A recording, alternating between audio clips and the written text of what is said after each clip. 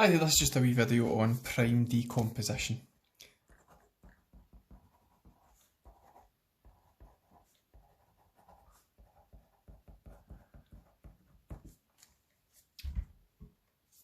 Okay, this process is exactly what it says in the tin. Prime, we're looking for prime numbers. Decomposition means to break something down. So what we're going to do is we're going to break a number down into its prime factors.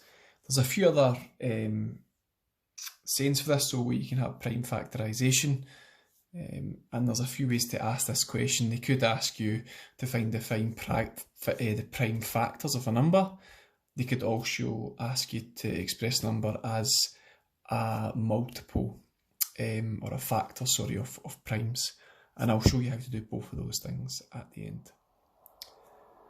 We should have a knowledge of prime numbers. Remember, a prime number is only divisible by 1 and itself. Another way to say the same thing is a prime number only has two factors, 1 and itself. If we start off just by writing down some prime numbers, first prime number is 2, 3 is a prime number, 4 is not a prime number because it has 3 factors, 1, 2 and 4. 5 is a prime number, 6 isn't, 7 is, 8 is not, 9 is not, 10 is not, 11 is, 12 is not, 13 is, 14 is not, 15 is not, 16 is not, 17 is a prime number, 18 is not, 19 is, and that list just keeps going on, doesn't stop, goes on forever and ever.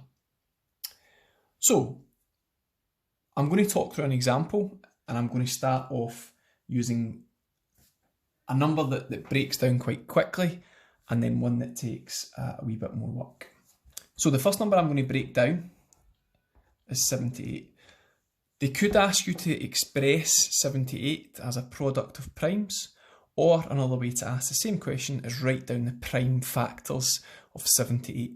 Sounds a lot fancier than it actually is. So what we want to do is find all the prime numbers that divide into 78, and to do that we use what's called a factor tree.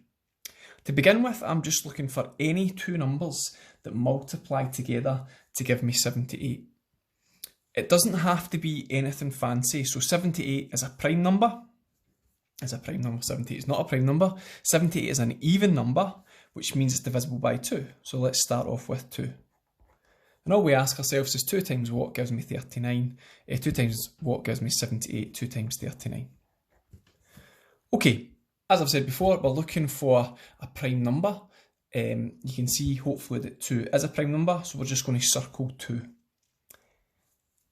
We're not going to break down any numbers any further than that, so if we circle a number we stop and we look to the other side of these lines are called branches in this format.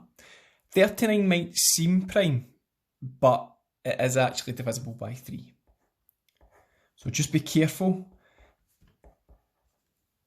Check that the only numbers that divide into a number are 1 in itself. In this example, 3 times 13 also gives me 39, so 39 isn't prime, so we break that down further.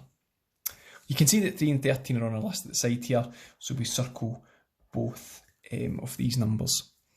That's us circled the numbers at the bottom of every single branch. There's no numbers to break down any further, and you'll see that the ones that we've circled are the prime numbers, and that's what we're interested in. So, a few things to clarify here. If the question was write down the prime factors, the prime numbers that divide into 78, my answer would look like this.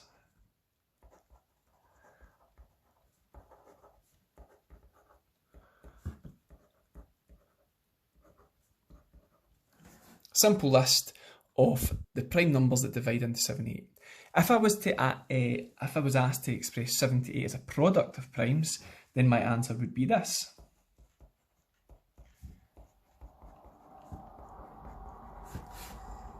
Now we don't need a calculator to check that, we can do up and down sums, but just for quickness I'm just going to bring the calculator in here and show you that that is actually the case. 2 times 3 times 13 equals 78. Okay, so this one would be the product of primes, and this one would be write down the prime factors of 78. Okay, so you'll see that example there, we got to all the prime factors pretty quickly. What I'm going to do now is show you another example where there's a wee bit more work involved. So So the number I'm going to work with is 120. Now, again, we know that 120 is prime. It's not prime, sorry, it's even, so we know that 2 is going to work. I'll just pick something different. I'm going to go with 5 times 24. Okay, again, what we're looking for is prime numbers, and straight away we've got one. 5 is prime, so I circle that and I don't break that down any further. 24 is definitely not prime, and again, I've got a few options with 24, and there's no wrong answers as long as the two numbers multiply together to give me 24. So I could use 2 and 12, I could use 3 and 8, I could use 4 and 6. For this example, I am going to use 4 and 6. It's not actually the best pair to use. The best pair to use would be something like 3 and 8 or 2 and 12 because there's a prime number in there. But I just want to show you what happens when you break the number down and the numbers at the bottom of the branches are both non-prime. So I've went with 4 times 6. Now 4 and 6 aren't prime. That's fine. We'll just break both of them down further. So I'll start off with 4, I'll break that down, and then I'll go back to 6. Right, we do actually have two options, or it appears that we've got two options for 4. We can do 2 times 2, and we can do 4 times 1. Now, if I do 4 times 1, I'm going to actually end up back with 4 at the bottom of one of the branches. Now, we're trying to break down 4. So when you are doing this, you never use 1 and the number itself, because that doesn't actually help you out. So 4 and 1, yes, 4 times 1 does equal 4, but I'm not going to use that because I'm trying to break 4 down. So I don't want to have 4 at the bottom of one of the branches. So the only option I've actually got is 2 times 2. 2 is prime, so we circle it. And you'll notice at the bottom of each branch now, I've got a prime number which is circled, so I can't break that down any further. So that's that side of the branch broken down as far as it'll go. So like I said, I go back to the 6. Again, it might appear that I've got more than one option, because I can have 6 and 1, and I can have 2 and 3. 6 and 1, again, isn't going to help me because I'm going to end up with 6 at the bottom of one of the branches, and I'm actually already trying to break that number down. So I actually only have one option, which is 2 times 3. Both prime, so I circle both those numbers. Okay, at the bottom of every branch is a prime number, so I can't break anything down any further. And again, it depends on the question you're asked. If I was asked for the prime factors of 120, my answer would be 2, 3, and 5. So you'll notice that 2 actually appears 3 times, and that's okay. It's just asking for the prime numbers that divide into 120, so we only need to write it down once, so 2, 3, and 5. If I was asked to express 120 as a product of primes, my answer would be slightly different. So it would be 120 equals, and we do this in order, 2 times 2 times 2 times 3 times 5. All the numbers that are circled multiplied together. A wee step further on this is we can write that out as 2 times 2 times 2 is the same as 2 cubed times 3 times 5.